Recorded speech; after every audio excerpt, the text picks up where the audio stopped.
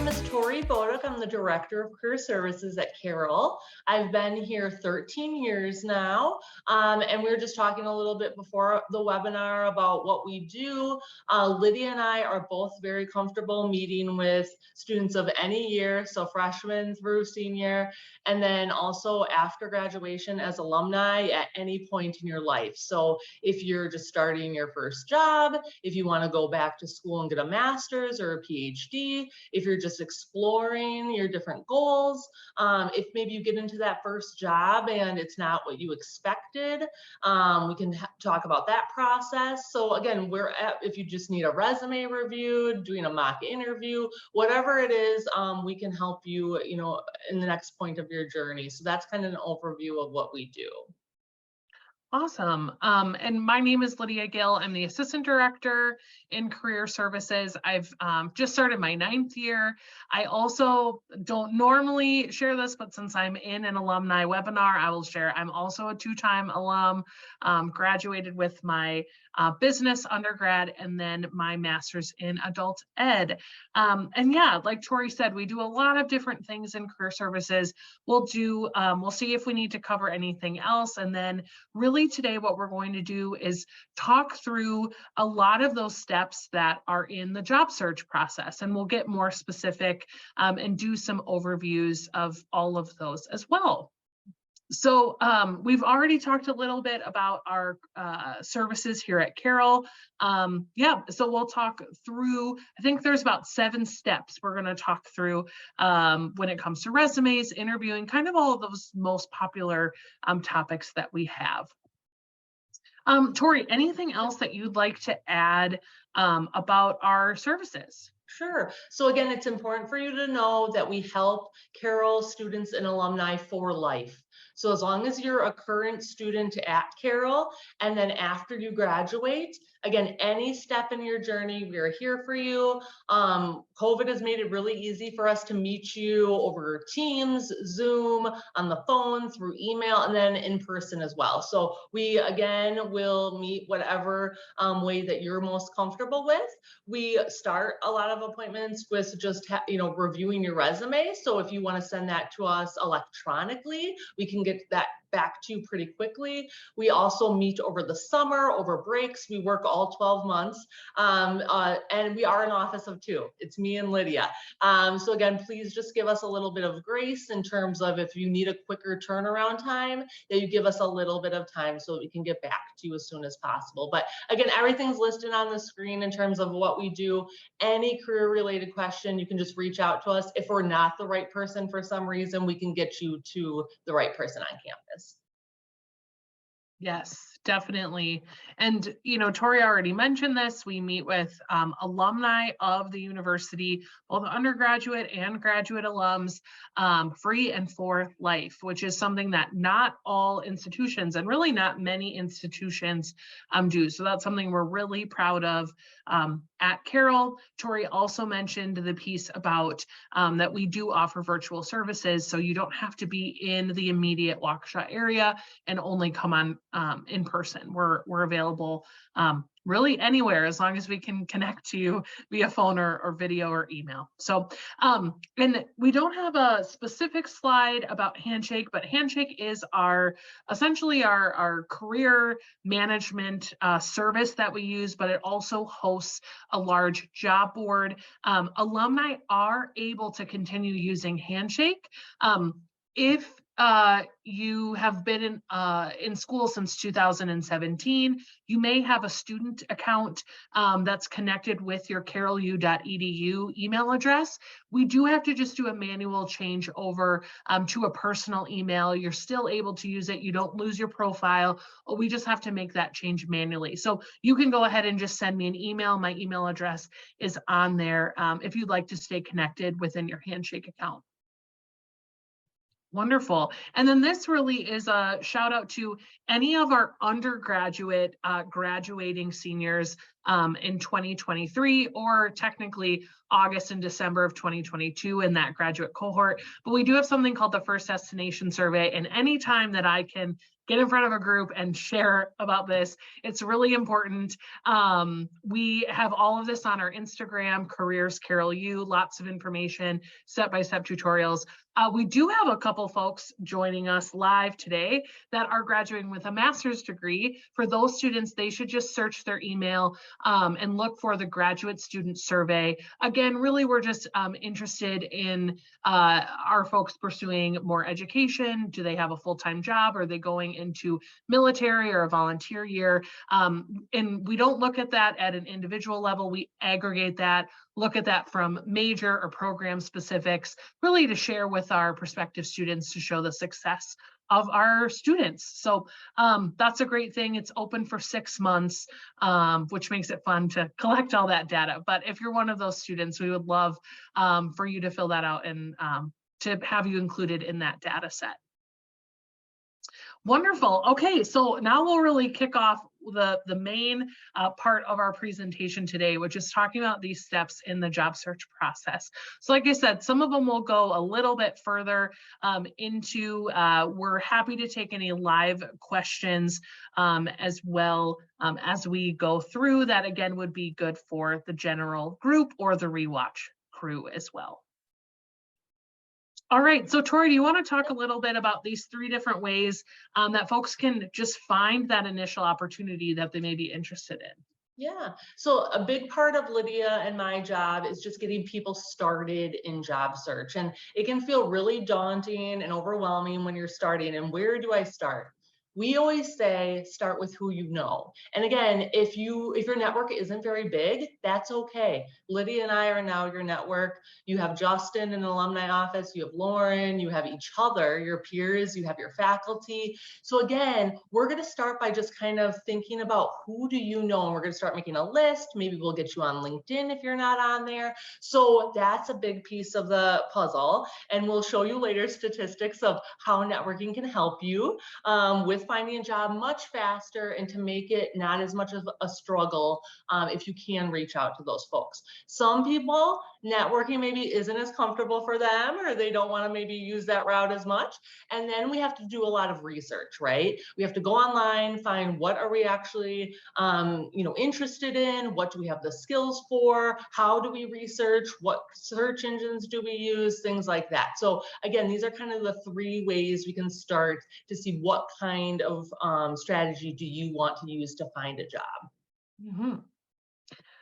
Definitely. So like Tori alluded to, networking really is the main way that when you ask professionals who've been in their career how they found their job, especially the jobs that they find to be most meaningful, impactful, or most connected with their major academic area or career area that they want to be in, networking is really that way.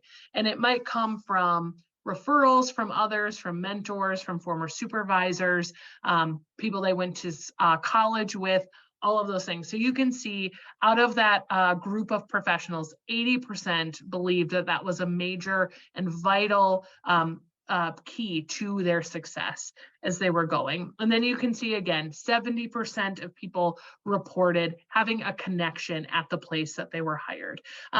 When we are in class presentations and we're asking professors about how did you find the opportunities? It's really rare to actually hear people say, I just applied on Indeed and I got the job. I didn't know anyone there. I had never met the company. That is really more of the canary in the coal mine, right? Like it's a little bit more rare versus a lot of times they're like, I've heard of this, or I had a friend of an aunt of someone else, right? It's like all those different levels of connection, which I think are really important. Awesome. And so now we'll go probably we know this is our most popular appointment topic because everybody needs a resume. But Tori, if you want to kick off just talking about any general resume, what are the sections that everybody needs? Yes. So again, Please do not feel embarrassed if you say, hey, I haven't had my resume looked at in a long time, or if you're a current student and you say, I've never created a resume. That's where we start. So a lot of people come in and will say, I haven't created one. And again, don't feel like you have to come into career services with something. You can come however you are. So if you have something that's not recent, if you have something that's half done, again, just come to us as you are. We have a lot of sample resumes and cover letters as well that we're happy to share. But again, just knowing where to start sometimes can make people feel more comfortable. And like Lydia said, every single person's going to need a resume at some point. Even if you mostly are filling out applications, it's a lot easier to just be cutting and pasting from a good resume. Also, if you want to create a LinkedIn page, again, still a lot easier to create a great resume and then just take from that for your page. So what do you absolutely need on your resume?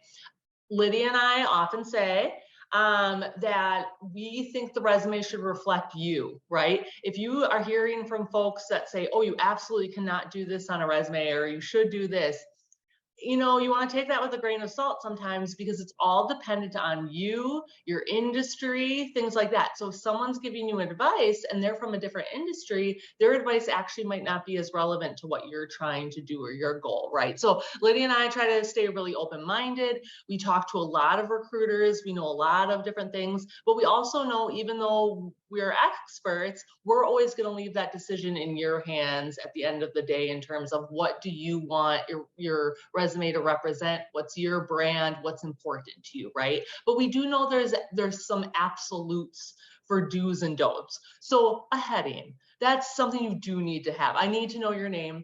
I want to make sure that I'm calling you your name that you go by. So again, if you go by a nickname, if you have a preferred name, please include that.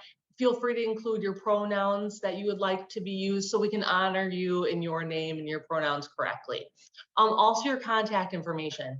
Make sure that voicemail is set up for the phone that you use. We only need one phone number. Sometimes we see folks put two phone numbers. That's confusing to the recruiters, and they're not quite sure which one is best to get a hold of you. So again, one phone number, it's correct. The voicemail is set up, that's important. For your email address as well, do not use your Carroll email address, because that will go away 6 months after graduation. So again, for a job search, we just prefer that you create a different email that you use for your job search or for graduate applications or things like that. So that, again, it's all in one place, and that you want to make sure that, again, that email is correct on your resume, it's spelled correctly and things like that, and that you're checking it often. So if it's a new email address and you don't really go on there much, a recruiter might be trying to get a hold of you. And then in terms of your address, it's more preferred now that you just have your city and state. You don't need to put your actual full residential address on there anymore. It's very rare anyone would need to email you as part of the job application process.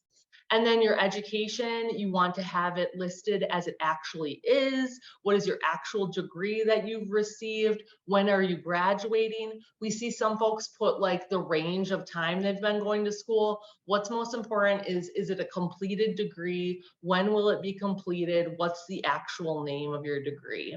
And then certifications and licenses. And again, we can talk about that more during a one-on-one, how you list those, where they go, things like that. And then you absolutely need experience. So we talk to a lot of folks in healthcare, for example.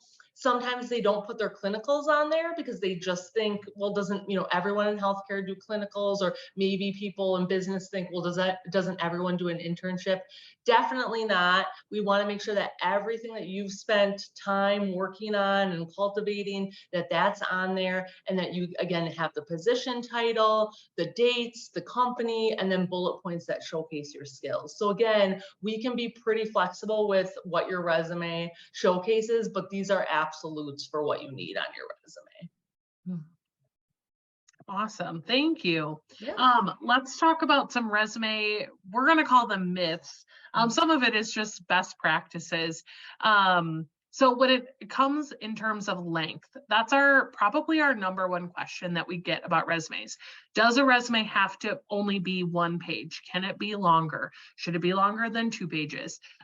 You can see here, that's hard for us to just answer generally. What's important to know is what your industry standards are. And if you don't know what that is, that's a great question to ask a career professional like myself or Tori, and certainly people within your industry. Hopefully, if you have an internship supervisor or you've been working and you're an alum of the university, again, you have friends or mentors that are in there. The reason why a lot of recruiters talk about that one page is sort of twofold. One, they only want information that's necessary or relevant to them. And sometimes they may get a 2-page resume that has a lot of great stuff, but it's not actually relevant for their position or maybe their organizational culture. So we do want to make sure that no matter the length of our resume, we're really only keeping things that are important for people to read. One of my favorite quotes, and hopefully I get it right on the first try, is if you tell them everything, they'll remember nothing. So we need to have good balance on not telling them everything you've ever done, but telling them the most relevant things that are important to the responsibilities you may have in that position. When it comes to, if you would have 2 pages, I'll say education, for example, is an industry that oftentimes is amenable to having more than 1 page. They like to see lots of involvement and leadership and those sorts of things. Really, a true resume, at least here in the US, should never be more than 2 pages. If we start to enter into 3 pages, then we're entering into curriculum vitae or CV territory, which again, really in the US, we're mainly using CVs in terms of academia. So if you have a PhD, you're doing consulting, or you're teaching at a higher ed institution. So that's really there. We want to make sure our formatting is good and we're not having longer resumes because of poor formatting and too much space. When it comes to color on resumes, color is much more widely accepted now. We do want to really think about the psychology of the colors we're using. You can do a quick Google search and find out those things. Most commonly, I would say blues, greens, and grays are sort of the safest professional colors that we see used often. One quick tip that I would offer is if you do have color on your resume, first, I would mainly just have 1 color. If you're going to use 2, again, that's already being a little bit more, so you might want to think about that. The other thing is print it out on a black and white printer and make sure that everything is still legible to read. Not everyone at their daily work has access to a colored printer, so they may not be able to print out your resume in color, so you want to make sure that that's still readable. We are always thinking about the reader. What's the most convenient for them? We never want to inconvenience the reader of the resume, so the recruiter or the hiring manager. We have a whole slide about bullet points, so I'm not going to talk a lot about that, but generally recruiters prefer, again, if they want 1 page, they also don't want paragraphs on that page. They want bullet points that are going to be interesting and relevant, and we'll go through what those look like. And then we get a lot of questions about ATS systems. That's the applicant tracking system. So if you think about the software that's constantly being developed, when you're applying and putting that in, how do you beat that system? The best way to beat it is you have a contact, is networking, is really how you beat those systems. Your resume gets pulled out because a person tells a recruiting manager to pull out your resume. There's not a ton of, don't use white font to add in more keywords, or, we want to think about, yeah, we want the computer software to read it, but also a human needs to also read your resume as well. So finding that balance. So again, reading that job description, really understanding what they're looking for, the soft skills, the technical skills, and if you have those skills that we have clearly articulated that you have those skills and experiences, that's really what we're going to work on to beat that ATS. But like I said, networking is really the key to success there as well. All right, so Tori, there's a lot on this slide. Maybe if you just want to take and walk them through what the most important parts are of the equation of the bullet point, I think might be the most relevant. And then folks, I'll say for anyone rewatching this as well, this is a great slide to pause on and just sort of read on your own as well to have a more thorough understanding. Yeah, so like Lydia said, bullet points are going to help them understand what you've been doing. And some folks just don't have bullet points on their resumes or on LinkedIn, but we hear from recruiters or hiring managers all the time that they want to hear from you in your own words what you were doing at the job, right? So another question we get a lot is, am I putting my experiences in chronological order or reverse chronological order? So it's going to be in reverse.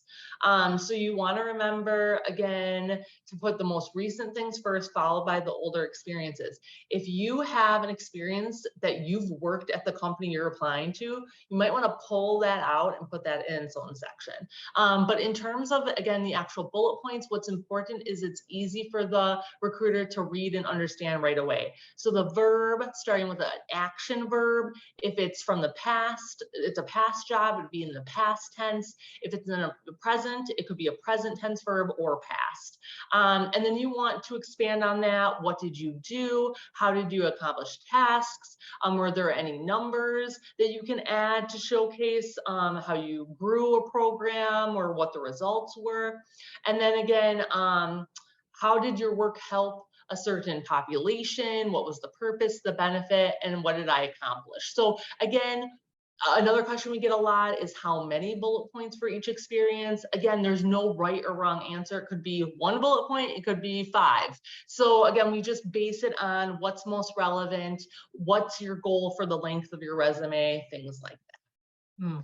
Tori, I'm going to throw a question at you that we get asked. I don't know that I put this slide on here, so I think it's good to talk about. How long is a good bullet point? Can you talk about that and expand on that? Yeah. So, well, another tip I just want to point out is you could have periods after your bullet points or not. So that's why some people think, oh, it has to be like a full sentence.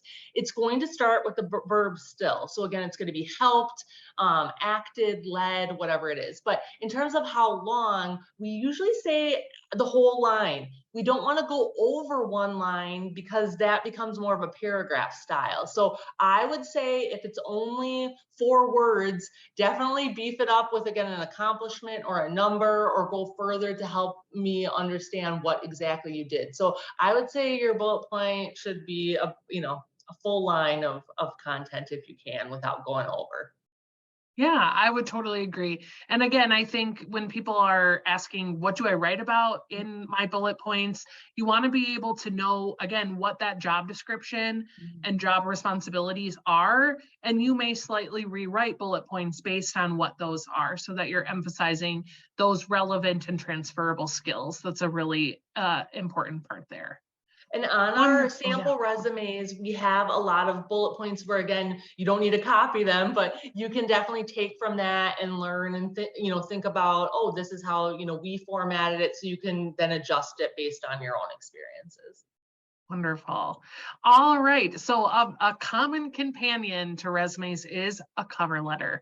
And cover letters are quite debated. We used to talk about how they used to be controversial. I think they still are. Following a lot of social media influencers that do a lot of career advice, some talk about the importance of cover letters, and others talk about how no one reads cover letters anymore. Recruiters hate them. They don't want to spend time. This is, again, a question that we can't answer just generally for everyone. Typically, our advice for if you need to write a cover letter or not is to simply follow the directions of the job application. So if they say, please submit a resume and a cover letter, you should submit a resume and a cover letter. If they say a cover letter is optional, as career professionals, we're going to suggest that you write a cover letter, but that is your choice as the job seeker and job applicant if you want to write that. If they never allude to a cover letter, they never mention it, there's no place to upload it, you don't have to include a cover letter. And again, then we're just following their lead, following their directions. If you are going to write a cover letter, these are 3 questions that can help frame what you need to cover in that cover letter. It's really important that a cover letter that's well written is not just a repeat of every piece of information on your resume. If you put your resume and cover letter beside each other, they should have different information on them. You want to make sure that the cover letter is really giving an opportunity for a recruiter or a hiring manager to learn more about you. And most importantly, why do you want that position and why do you want to work for that organization? You can see the number one, or the first question listed on here as well is also, again, emphasizing your transferable skills and experiences. So you may talk about an experience and your responsibilities or accomplishments that you had at a position on your resume. In your cover letter, you're now going to take that experience or those skills, that project or accomplishment, and you're going to talk about it in terms of why it's important and what you learn from that that will be applicable to the job you're applying to. So we don't want to ever assume that the recruiter is going to just make those connections. It's our job to sort of build that bridge from our past experience to what we want to do in the future. So I'll certainly let Tori give her opinion, but when I'm on a search committee, I often read the cover letter first. I assume that people who are applying for a position are qualified for the position in terms of skills. But what I want to know is, why do they want to work for us at Carroll? Why do they want to be a part of this organization? What makes our university stand out to them when there are lots of universities in our geographic area? So what is it about the position and our students, our university, our culture here at Carroll of why they want to stand out? So Tori, what are your thoughts, your real thoughts about cover letters?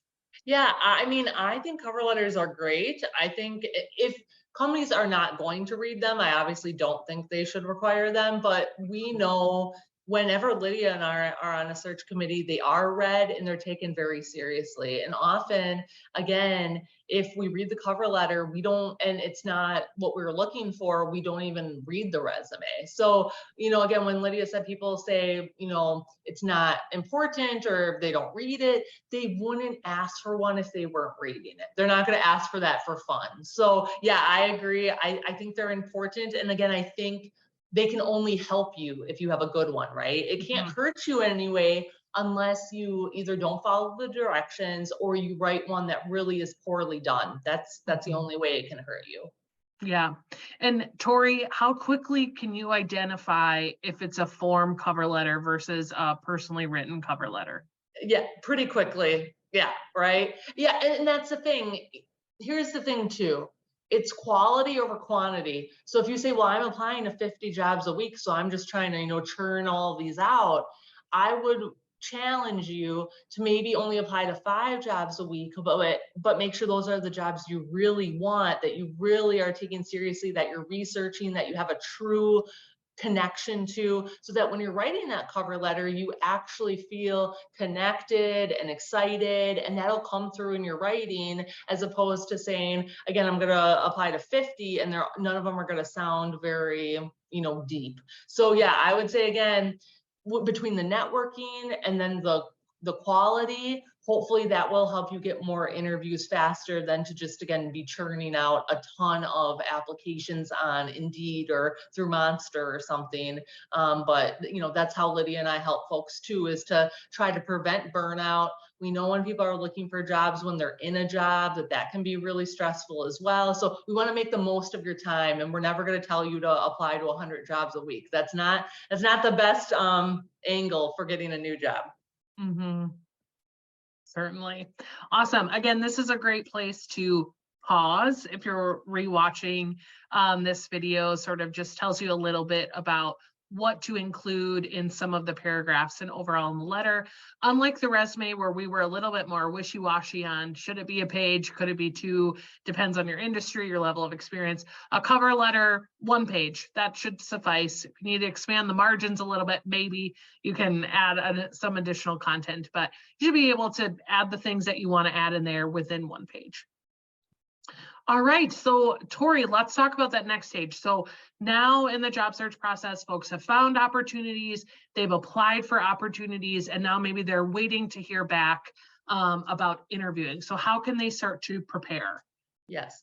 So again, interviewing is one of our most popular appointment topics as well. We know that there's a lot of pieces that go into that puzzle. Sometimes there's different stages of interviews as well. So whether, again, you're going to be having a virtual interview at first, a phone screen, a recorded interview, or you're going in person for a full day interview, we can help you if it's for graduate school, if it's for a job, if it's for an internship, again, whatever it's for, we're happy to help.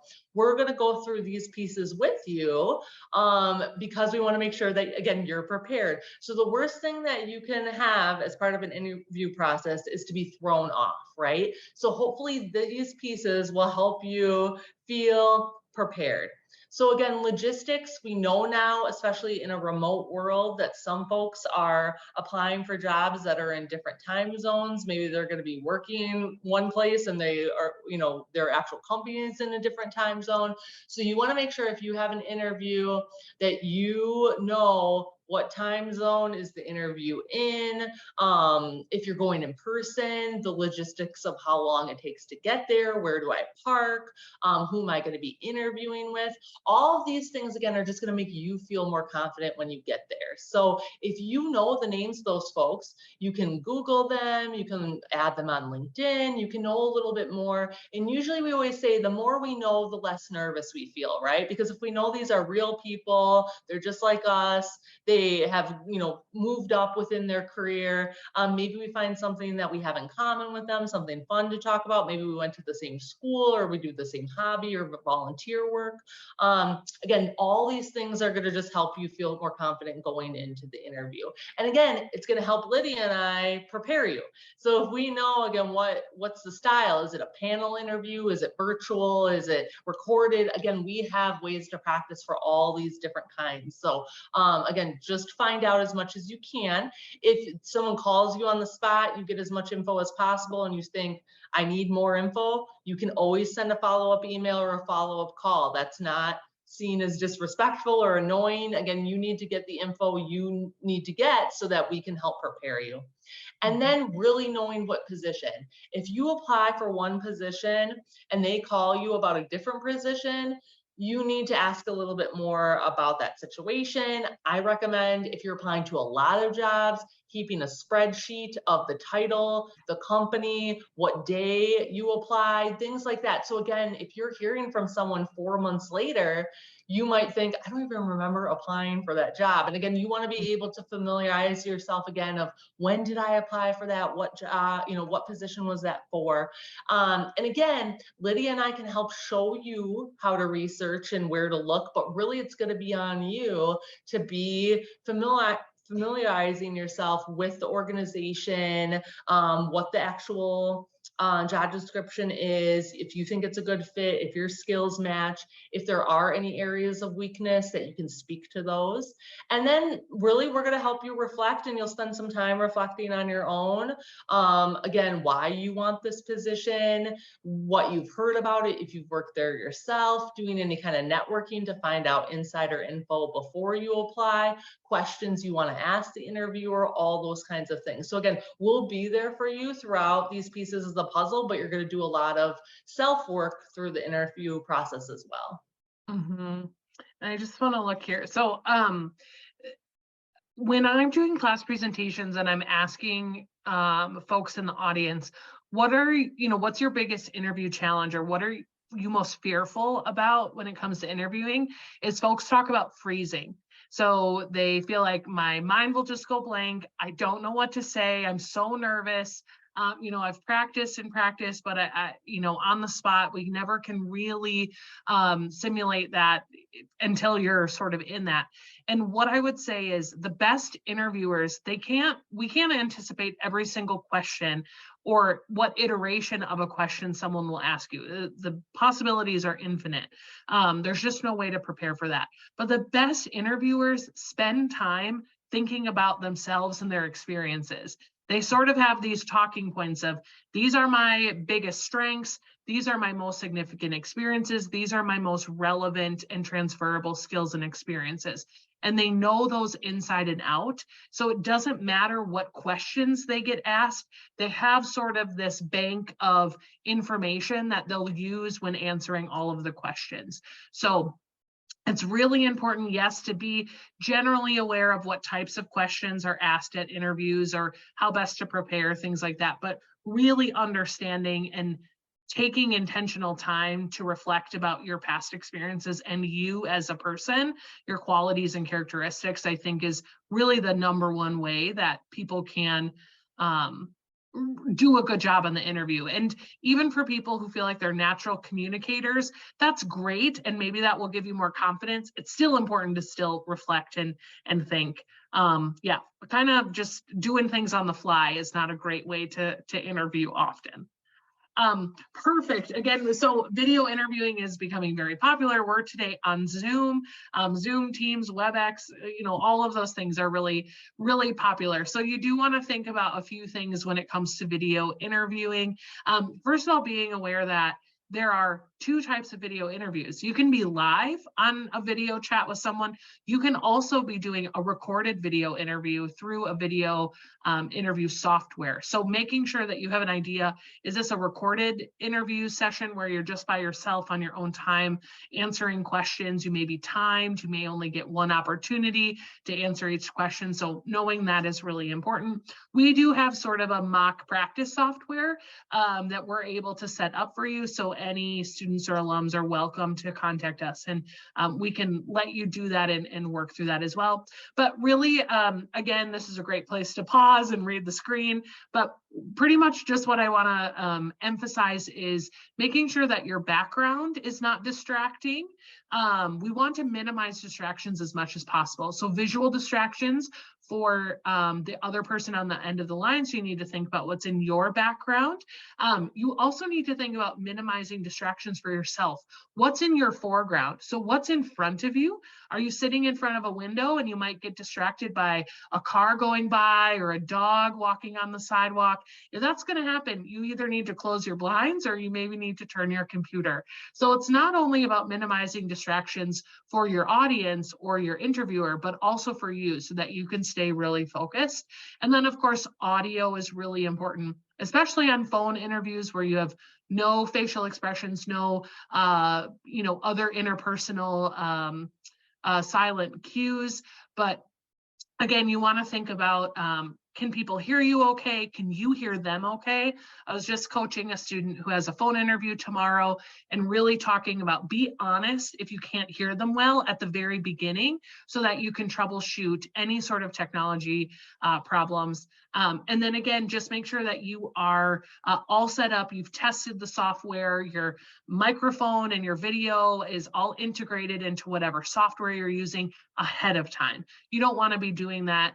We all know that you're going to get a black screen of death on your computer if you haven't installed updates in a while, things like that. So just making sure all those things are taken care of prior to starting your interview is really important. Okay, Tori, let's talk about behavioral type questions, really what we're seeing in interviewing today, which is a majority of these types of questions. Yeah. So interviewers, again, a lot of times they know that you are a good fit for the position in the sense of you fit the qualifications, right? Again, your resume is great, your cover letter is great, but they need to make sure that, again, you're going to be able to handle pressure, or you're going to be able to work with, clients or patients or whatever those kinds of things are. And the only way they can really get to the heart of that or the core of that is to ask you behavioral questions. So that's, tell me about a time when. And it's interesting when we ask students, or alumni, which type of interview questions they prefer. Sometimes they say, I want shorter answers because, again, I don't want it to be so long. I don't want to be talking as long. And others say, no, I really like behavioral questions because they give me a chance to show who I am or tell a story. So that's basically what you're doing with a behavioral question. And we're going to go into the STAR method in just a second.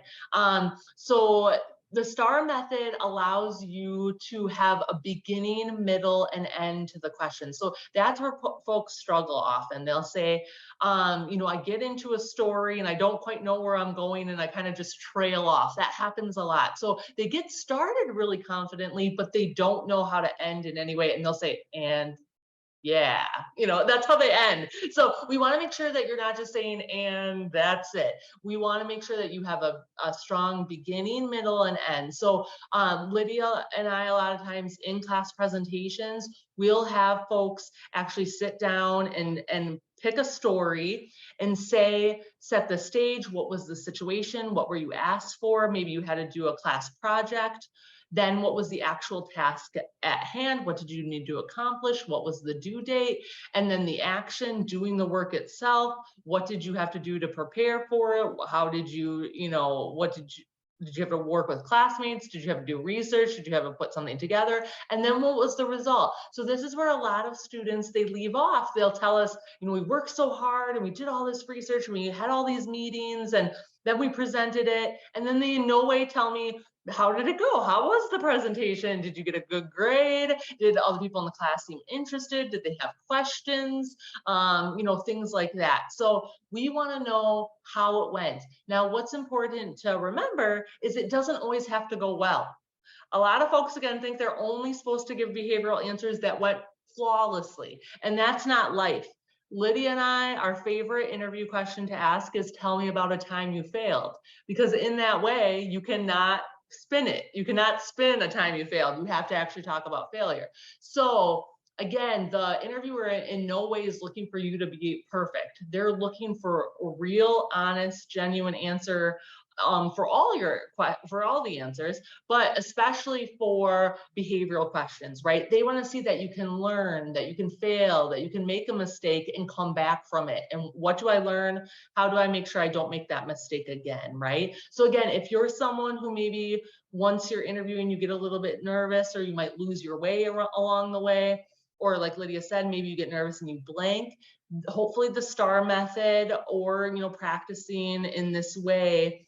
Some people write things down, they practice in front of a mirror, they practice with us, but hopefully this is a formula, because interviewing doesn't always really have a formula. But even tell me about yourself, this will help you narrow things down and make sure you're not talking too long. Definitely. Yeah. And I think this works, for, like you said, Tori, I think it works for people who don't add enough information. Yeah. And so sometimes they're missing one of the letters of the star, or people who talk too much. And oftentimes talking too much is they're giving too much context or background. And so, we can use that. That's why I think this framework works really well, really for everyone, in order to do that. And some folks are just natural storytellers, are really good. But again, then sometimes they forget the result part. And I love how you brought up talking about that. It doesn't have to always be this, and then we got this and we got a grant for $1 million, or, I had conflict with this person and now we're best friends. That's just not really realistic. And so I love that you talked about that, because I think the other piece of the result can often be, what did you learn from that situation? And what will you bring into this new job? Always keeping that new job in the back of your mind and sort of always bringing it up is important as well. And then a lot of interviews end with, do you have any questions for me? And it's really critical to make sure that you have some questions prepared. I personally believe it's fine to have a folder with you, a nice looking folder or a nice looking notebook. You've either written those questions down ahead of time, you've printed out a sheet of paper and brought it along in a folder. I think it shows that you're prepared and you were ready to be able to ask some questions of the interviewer or interviewers. These are some great questions. I know that we have a couple links here. Justin, I will get you all of these links so we can include it in the caption below on the recorded video for YouTube as well. But I mean, really think about, and what I would also advise is, I think that it's perfectly fine to ask about salary or other logistical pieces of the job. But also I would encourage that first you ask 2 or 3 questions about the organizational culture, about the responsibilities, about what they're looking for. So just a little bit of deeper questions that are not logistical related on, what time do I start? When are you looking for, someone to begin this role? How much money will I make? Those questions, again, it's important that you feel empowered and you ask those questions so that you have good information, but also show that you're engaged and that you're wanting to be in that position as well. Tori, just for fun, what's just talking about behavioral questions. Do you have any questions that you love to ask in mock interviews or you've been asked? Yeah, I'm just curious. Yeah. I like to ask in terms of a positive question, what's your favorite accomplishment, or what's, the accomplishment you're proudest of? To me, that really allows people to shine, and you could talk about any aspect of your life. Again, it doesn't have to necessarily be related to work. It could just be an accomplishment in your life from any aspect. So I like that one. I do like a time you failed. Again, that is one of my favorites. And then I like to ask people what they do for fun and what they do outside of work. I also like to ask people how they prevent burnout and how they have a work-life balance and things like that. Because I think, again, we've seen that if people aren't able to balance work and life, it can come into other areas. So if they don't know how to answer that question, that can be a red flag too. So those are some of my favorites. Yeah, I just asked for the first time today. It's not maybe the most innovative question. I'm sure someone has asked some sort of iteration, but a student today that I was doing an interview with was talking a lot about being a good team player.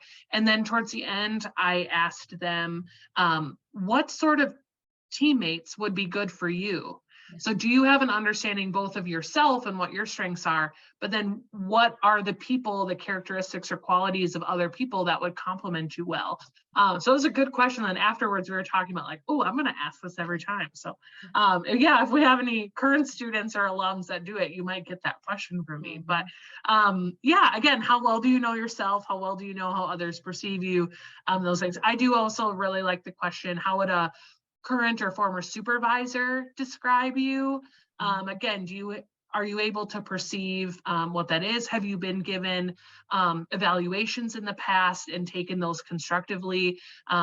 So yeah, I love those, reflective questions there. So great. Okay, so that's really what we had prepared. Tori, I'm just going to throw one other question at you. And I know this is a really complicated and nuanced part of this process, but maybe we could just talk very briefly and generally about negotiation and what some of our number one tips are, again, just for a general audience. Again, thinking about the nuances of depends on how much experience, what industry, all of those things. But what are just some general pieces of advice you would give to folks? Yeah. So we want you to know, if you do need to talk about negotiation at all, that Lydia and I are here for you, right? But that you also have, again, other folks who maybe you feel comfortable talking to as well. Again, friends or family, or again, a professor or a mentor. So just know, again, the more opinions you can get often, during that process, the better. But a lot of people don't negotiate at all. So I guess my number one tip would be that it's okay to ask. It's okay to ask, if you're given an offer, is that a fixed number, or is there room for negotiation? So that's the first thing, is to know it's okay to ask that in a respectful way.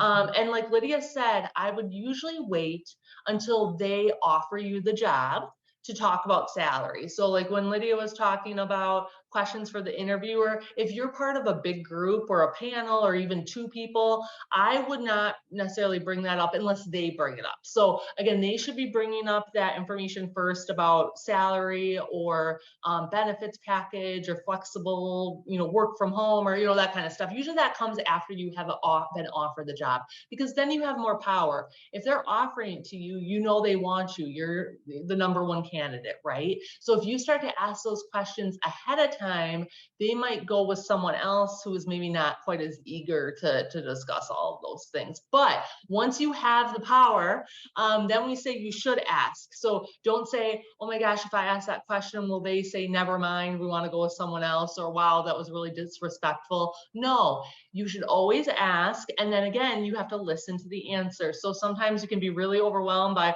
oh my gosh, I'm going to have this conversation, but be ready with your information. So just like everything else in this presentation, we said, do your research. So Find out, what is the general starting salary for someone in your position? Are there, again, mentors or friends or other folks you can talk to about that? So you have concrete info going in. And then once you know that, then they might say, why? What were you hoping for? Like, this is where we were going to start you, but it sounds like maybe you were hoping to start somewhere else. You need to be ready. So you can't be deer in headlights when they say, so what do you want? And then you say, I don't know what I want. I just wanted to ask that question, you know? So you have to be ready. What were you actually hoping for? If they say that the salary is not negotiable, then maybe there's some other things that are important to you. Maybe, again, flex time of when you start work. Maybe there's a vacation you take every year with your family. You want to make sure you could take that time off. Maybe there's professional development. Again, we don't know what's important to you in your life, but Lydia and I are happy to talk through what your deal breakers are and what's important to you. And we can talk through, again, how to have those conversations. So I guess, again, there's just so much to discuss. But number one, asking questions about negotiating. Again, that can be anything beyond money. That can be work from home days. That can be, again, when you start the work day, you know, all these kinds of things you can talk about. And I guess it's important to remember, you're not always going to get the answer you were hoping for, right? So again, to take that with grace, and then to realize if that then is not going to be the right job for you to let them know, you know, if you have another offer, that you'll be going with that. And that's what we hear from recruiters a lot as well. If you're not interested in a job anymore, please let the recruiter know. Or if you're taking another job, don't ghost recruiters. They're under a lot of stress. They have a lot of jobs to fill. And if you're their perfect candidate, they want to know if you've moved on. It's totally okay to let them know. So some people have 3 job offers at once, or they're going through 3 interview processes at once. That's very normal and that's wonderful, but just make sure you're kind of keeping everybody in the conversation so that you don't burn any bridges. Yeah, definitely. I would agree. And just to summarize really the points that Tori talked about, which I would concur with what she said, negotiate first and foremost. Yes, everyone should try to negotiate, especially when you're a young professional. If you negotiate for 2 pennies more an hour, that's still really good experience. And then you'll be more likely to negotiate in those bigger deals when it's more important for you. Secondly, be prepared and have realistic numbers. There's lots of different ways to research that. Tori mentioned some. And then thirdly, if you can't negotiate salary, negotiate other types of benefits, I think is really important. So perfect. So Justin, if you're okay, I think I'm going to just stop sharing so that we won't have the presentation up any longer, but we can certainly stay in. If you or Lauren or any of our participants have any questions, then we can stay on and answer general questions first, which would be great. So I'm going to do that. Yeah, I'll turn it over to our guests first for any general questions, and then I have a few. And then after we get through those that would benefit, you know, a greater community, we can then stop the recording for any personal. So if anyone has any general questions for the group, feel free to fire away. Not a general question, but just a thank you. This has been helpful. Just thinking about some of these things that I haven't thought about in a while, and you know, taking some quick screenshots, as you said, of some of the things that were good ways to think about being prepared for questions and so forth. So thank you. Wonderful. Thanks for coming. I have a question, if that's okay. Yeah.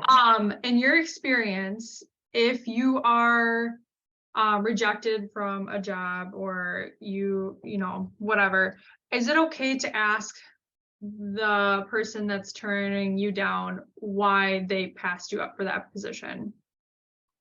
Is that okay? Yeah, so I'll start, but then I'll definitely kick it over to you, Tori, too, so you can answer. Lauren, yes, I would 100% say yes, do it, because I think the worst thing that can happen really is they just don't respond. The best thing that can happen is they'll respond and give you constructive feedback so that you have an idea of, was there anything you could have changed? There's also a lot of times when folks just get a very neutral answer from that recruiter or hiring manager that might say, we decided to hire someone with more experience. We decided to hire someone with different experience. We didn't think you were a good fit. That one can sometimes be hurtful at first because it feels really personal. What I've told folks is it can sting that initial time to say, I'm not a good fit. Also, what does that mean? Like there's a lot of connotations in that. But what I would say is, I think in a lot of cases that really is benefiting you in the long run, because you may be really unhappy at that place, you know, after the first month or first week or first day even. So yeah, I always suggest that especially if you've made it long into the interviewing phases and you're a final candidate, if they don't offer that already, I would most certainly ask. But Tori, what are your thoughts? I definitely agree with everything Lydia said. And again, sometimes it's as simple as, oh, we were hoping you would have this certification.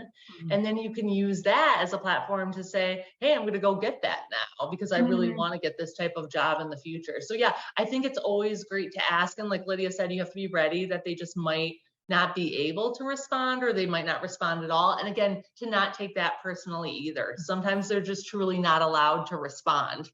So again, to just move on if you don't hear back, but if you do hear back, to again process it and use it hopefully as fuel to go forward.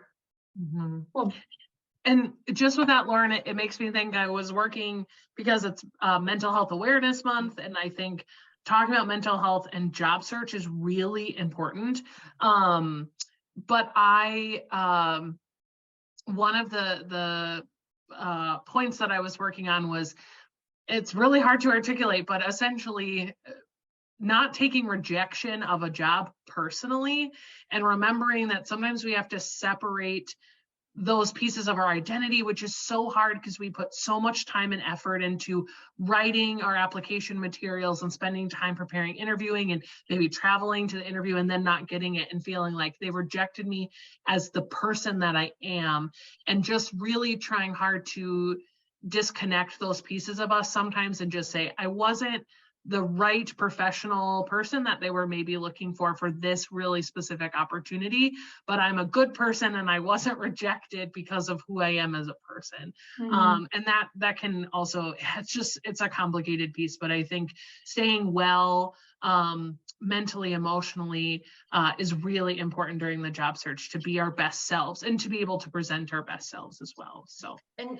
to have people who are neutral that you can talk to. And that's why, again, Lydia and I are happy to be those folks, because sometimes our parents and family and partners want the best for us, but they ask us every day, how's the job search going? How many jobs did you apply to? What are you doing? You know, and again, that is great. And they're being, you know, part of our life in the job search, and they're curious, but sometimes you just need a neutral party, again, to talk to and feel safe with. And so we're happy. And again, all of our appointments are confidential. So just to know that we do take notes as part of our appointments, but we keep that in a confidential database. So again, just to know that, yeah, we are not mental health counselors, but we do take confidentiality very seriously. And again, we're just a neutral party that you can feel safe talking to. Well, thank you. Yeah. I have two questions, but before I ask them, I want to make sure our student guest has, Jada, if you have any questions, I'd love for you to go first so I don't take too much time here. Yeah, I had a question about like the part with the resume. I was wondering, like, when you said about the bullet points, you were stating that you're not supposed to do longer than one line. Was that correct? Again, there are no rules. So again, Okay. you can very much be longer than one line, but we usually say just to, again, if your goal is to, again, maybe be on a page or be on 2 pages, to kind of keep it without going into a paragraph form. Also, I was wondering, like, with my own personal resume, I like was taught a method on like chunking, if that makes sense, where like if multiple jobs have the same like basic responsibilities, is that okay to do that on a resume? Yes, we often see like people who are CNAs or, yeah, you know, whatever they are, rehab techs or something. And if they've done that multiple times, it's not a good use of space to just keep writing the same bullet point, or waitress, nanny, to just keep writing the same bullet points over and over again. Again, we're just repeating ourselves. So yes, chunking, I love it. Yeah, however you use it. Yeah, that makes sense to me. Okay, thank you. Yeah. Okay, two quick ones here. One of them is I heard recently from a soon-to-be alum that was doing some job applications that they had built their resume on like a fancy program. I don't know if it was Canva or Photoshop or something, and they were worried about the ATS. I forgot. I noted that. I forgot what it stands for, or like AI, or the computer programs that are reading resumes not being able to read that format. So can you speak at all about how to format a resume, what programs to use or to stay away from? Yeah, that's a great Mhm. question, Justin. It's nuanced because part of it is depending on the company, are they simply emailing it? So smaller companies often, like, not necessarily are using ATS systems to read resumes. So if it's in an email, of course, just following, should it be Word, PDF, things like that. Never a live Google Doc. We've been on search committees where people have done that and then changed their application for other jobs. Not good. So again, just following those directions. In terms of visual resumes for ATS systems, yes, there are some things to be aware of. I just recently was chatting with a graphic design major, and we kind of have an ATS friendly resume and then a more visually pleasing resume, we'll say that's a little bit more design heavy. One of the most common things that we're seeing with these modern resumes coming out of Canva, and Canva has a lot of great free, which is awesome, very accessible, and very pretty designs, but some things to consider. Some ATS systems will read lines left to right. So if you have 2 columns in your resume, say you have education and experience, it will read your degree and then the bullet point that's on the same line. So sometimes those 2-column resumes are not as ATS friendly. Anything that has like heavy graphics, so if they have a logo or a photo, in general, we don't suggest doing photos because of the discrimination laws that are in hiring, which are to the benefit of the job applicant. So here in the US, we suggest not having photos on resumes, but sometimes ATS systems can't read symbols, or if you use anything other than a typical filled in bullet point, there's that weird like 4 diamond one. We don't suggest using that. It's also not very visually pleasing. So objects are really important to think about. Yeah, I would say the 2-column format is one of the things that most commonly I suggest students just to be aware of, but it's ultimately up to them if they want to continue to do that. Some ATS systems are more sophisticated. We also don't always know what system the company is using. Sometimes they're branded, so you don't even know. Sometimes they're using the more popular ones that are out there as well. But those are just some first thoughts that come to mind. But Tori, any others that I missed? No, but we didn't talk about templates in this presentation. We often do in our presentations. Again, we are fine with folks using templates, especially if they're fancy and they look good and they like them. But we want you to know, none of our samples are fancy, but they get the job done, right? They're neat and clean and well worded and good content. And at the end of the day, that's what recruiters say they want. Again, there's some fields, of course, that they would love to see something fancier and more creative. But at the end of the day, if you just want to be safe, it's totally okay to just be in a plain Word document and just have your content on there. And then also, we've had some very stressed out students and alumni in our office where they have this template they're using and they are not able to edit it, and they're trying and they're spending hours trying to move things around. And again, that's just what happens sometimes. So we say, again, just know that sometimes templates are not able to be adjusted, and that can be really frustrating. And then also to know, people who see a lot of resumes, recruiters, they start to know when you have a template. So if you have a big orange circle in the corner, that's probably a template. If you have a logo or a picture, again, if you have a picture, a lot of people would never think to put their own picture on a resume, but in Canva, there must be some resume that has a picture function, because I've been getting a lot of resumes to review where everyone has their picture on, and I'm like, why are they doing this? It's because it's a function in the sample or in the template. So again, sometimes makes you do things that you wouldn't do on your own.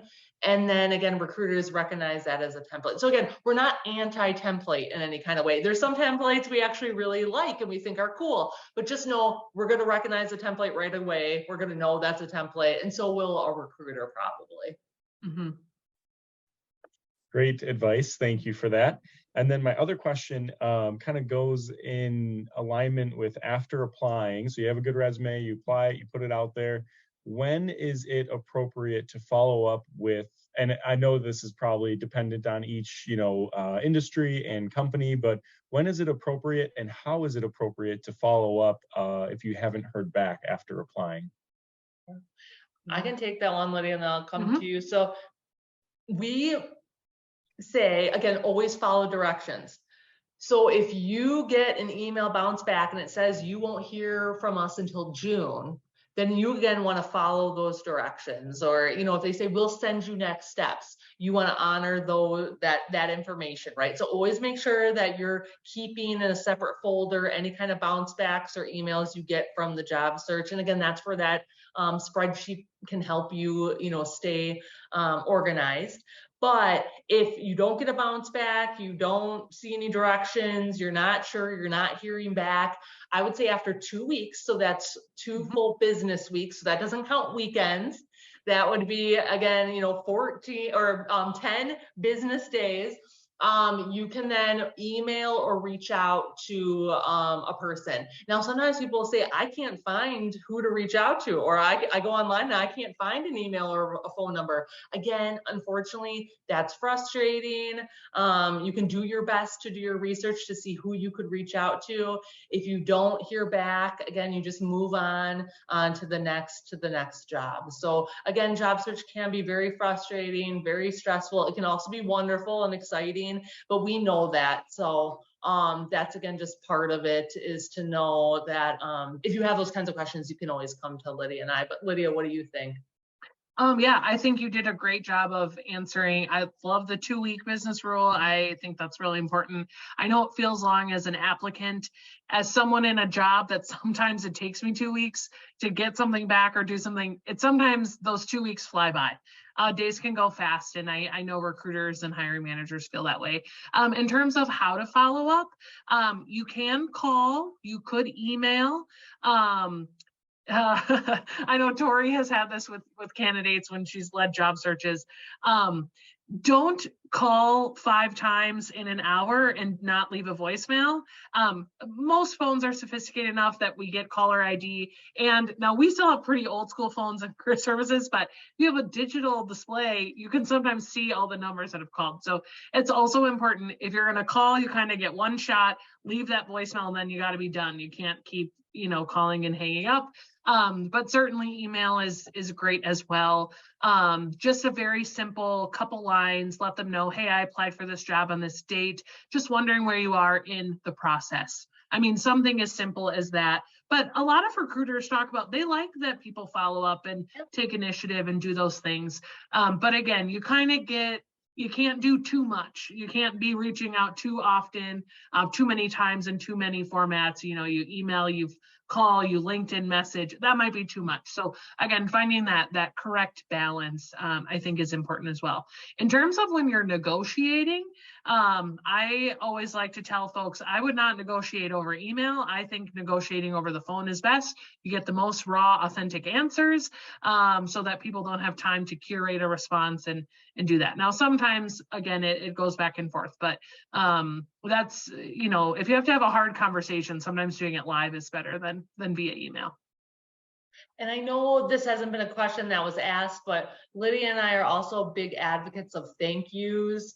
So again, that can be thank you emails, that could be a call to say thank you. I don't think we're really to the point yet where texting thank you is as appropriate, but I know it's starting to happen, and that's okay too. But yeah, we're definitely, no matter what, even if they don't give you the answer you were hoping for, even if they've moved on, even if you don't choose them, just thanking people along the way. Even if you have 3 interview processes, I would thank them each time and write each person in your interview their own separate thank you email, and it really goes a long way. I think we heard a figure that only like 20 to 25% of people actually thank anyone. So if you're one of those 20 to 25%, I guarantee you'll be in the special pile. So that's just another tip to, again, that's not a bad use of time. It's a very good use of time to say thank you. And for any current students that are listening, we have thank you notes in career services that you can take with you. So if you don't have thank you notes in your dorm, or you don't have access to a vehicle to go buy them or anything, we have thank you notes, and you're welcome to take as many as you need during your interview process. And we also have some, for those of anyone that doesn't know, we're part of a program called Career Closet. It happens usually before our fair, but we keep some of those Career Closet items in our space. So we don't have a ton of stuff, but we have some things. So again, if you'd like to stop by and say hi and you want to take those items, they're free of charge. You don't need to return them. And again, you can just always stop by and say hi and see what we have. So. All right, if there are no other general questions for the group, I did just want to very quickly share my screen and show everyone something with networking. So as I'm doing that, if anyone else has any questions, feel free to throw them out quickly here. Okay, so hopefully you're seeing my LinkedIn page. Yes. Carroll University LinkedIn page. Okay, so circling way back to the beginning of this presentation, I did it again. Tori and Lydia. We can make a logo with that, Justin. We'll be Tori. I like that. I'm just going to refer to you guys, career services, both of you, as Toria now. They were talking about networking and how important it is. I can't second that enough, especially with connecting with alumni on a daily basis. And what I wanted to show everyone is if you find Carroll University's LinkedIn page, there's an alumni tab.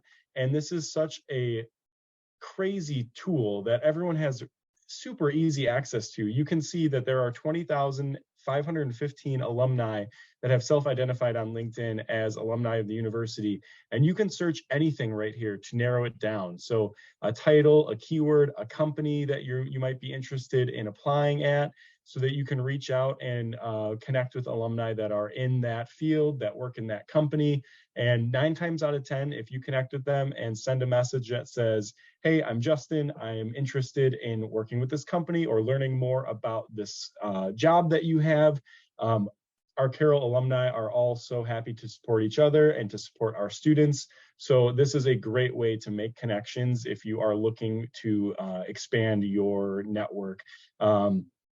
And then as well as reaching out to our office if you're not quite ready to meet with Tori and Lydia about your resume, but you're looking to connect with some alumni, you're always more than welcome to stop up or connect with me or my colleagues, and we can connect you with alumni that we know in the profession that you're looking to get involved in. So I just wanted to shamelessly throw that out there as well. That's a great plug, Justin, because I use that function every day. Yeah, all the time.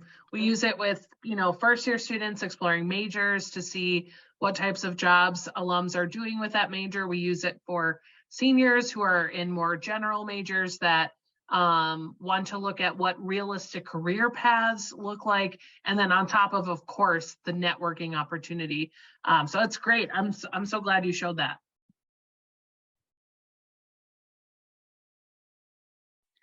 All right, so I'm gonna, with no other questions coming in, I'm going to just kind of sign us off here, and then we'll stick around for any private questions. But thank you so much, Tori and Lydia, for joining us and providing all of this information.